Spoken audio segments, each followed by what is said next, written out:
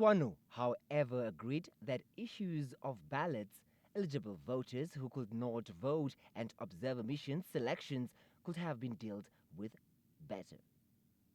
Karonda is of the opinion that for a country that conducted elections in the past 34 years ought to have by now mastered the process, but differed with election rerun.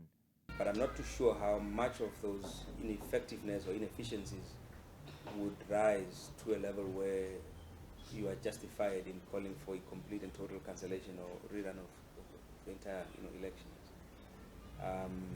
But that remains to be tested. I mean, there are people who feel they want to take the ECN to court.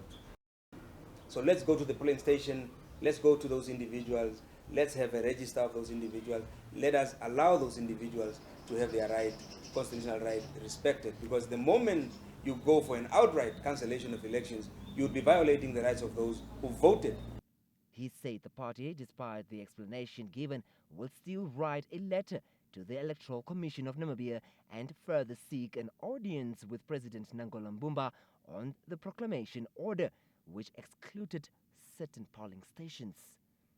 The party that secured one seat in the National Assembly will tackle labor issues, advocate for change in the selection of Electoral Commission to involve political parties, tackle housing issues, and continue the genocide conversation to benefit the affected communities. Would definitely be making impactful interventions in those specific areas.